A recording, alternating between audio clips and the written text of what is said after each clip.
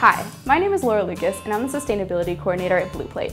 This year we implemented a full-scale composting program in our kitchens where we've been able to divert about 150 pounds of food waste from a landfill each day.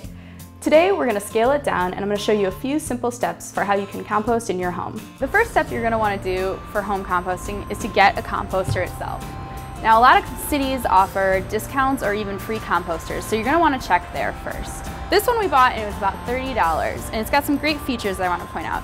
To begin, it's got built-in ventilation, so you don't have to worry about there being too little or too much air getting in. Second, it actually has a spout for you to put the water in, which is a great feature. And finally, it has a door down there so you can actually scoop out the most ready compost whenever you want it. And as you can see, it's a great size for the balcony. It's about 1 cubic yard, which is perfect for a first-time home composter. The second step is determining where your composter is going to go. Now, if you're in a more rural environment or if you own property, it's going to be easy to decide that it's going to go in your backyard. That's a simple step. However, if you're in a more urban environment, for example, right here we're in a multi-unit building, it's a little harder to decide where you're going to put it. Luckily, this composter, for example, and many others fit perfectly on this balcony. But if you still don't even have that much personal outdoor space of your own, talk to a property manager and see if there's communal space you can use. Even ask if you can use it on the rooftop. If that still doesn't work, go to a local community garden and ask if you can keep your composting bin there. The third step for setting up your composting is to get organized in the kitchen. If you've decided to have your composter readily available, all you need to do is set out a bowl like this while you're cooking to throw your food scraps in as they accumulate. When you're done, you can just go outside and throw your scraps out. However, if you're not going to be throwing your scraps out as frequently, you can invest in something like this canister, which is available at many retail stores. What it does is it holds in the odor by having this charcoal filter on top, so once your scraps accumulate, you can keep them there for a couple days before you have to actually take them to your composter. To understand the chemistry of composting, you need to understand the 4 elements: air, water, food, and heat, and the balance among them. Without proper air ventilation, your food will begin to smell. Too much and the composting will slow. If there's not enough water, the composting will slow. Too much and the air will be blocked. The compost should feel like a damp paper towel. There are 2 different types of foods, greens and browns.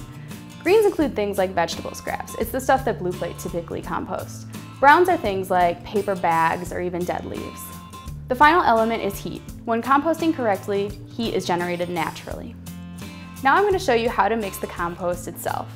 Now normally I would use a much bigger pot, something no smaller than 5 gallons, but for ease of demonstration we're just using this today. To begin, let me walk you through what we have here. This is the browns. So as you can see, we have some shredded paper bags and dead leaves.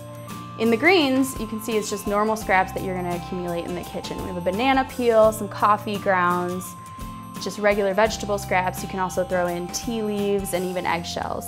I would stay away from any meat products, any dairy products, no bread, no pasta. Just stick with vegetables, fruits, and coffee grounds to be safe. And then finally we have just some regular dirt, which helps in the process of starting the compost. And finally we have some water just to moisten. As I said, we're going to want this to have the feel of about a damp paper towel. So what you need to do here is a simple ratio. You're going to have 3 parts brown and 1 part green. And then we're just going to sprinkle a little of both of these on at the end.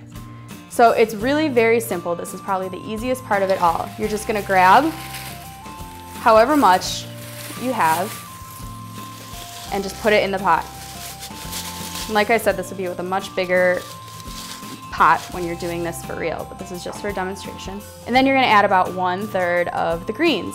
You're just going to throw that in, and that's pretty much it. We're going to throw in a little dirt just to get this started, and then you just start spraying until you get that damp paper towel, and from there, you're done.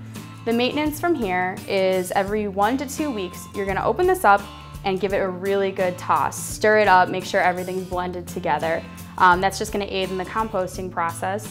And throughout that time, you can keep adding, but make sure you always have these right proportions of everything that you're putting in. Once your compost is ready, it's basically a nutrient-rich soil that can be used in the same way as any dirt. So whether you're using it on your flowers or your herbs or for a full urban garden, it's just going to help your plants grow healthier and stronger. Composting has been a great success at Blue Plate, and I hope your home composting is a great success as well. To learn more about Blue Plate's green initiatives, go to blueplatechicago.com.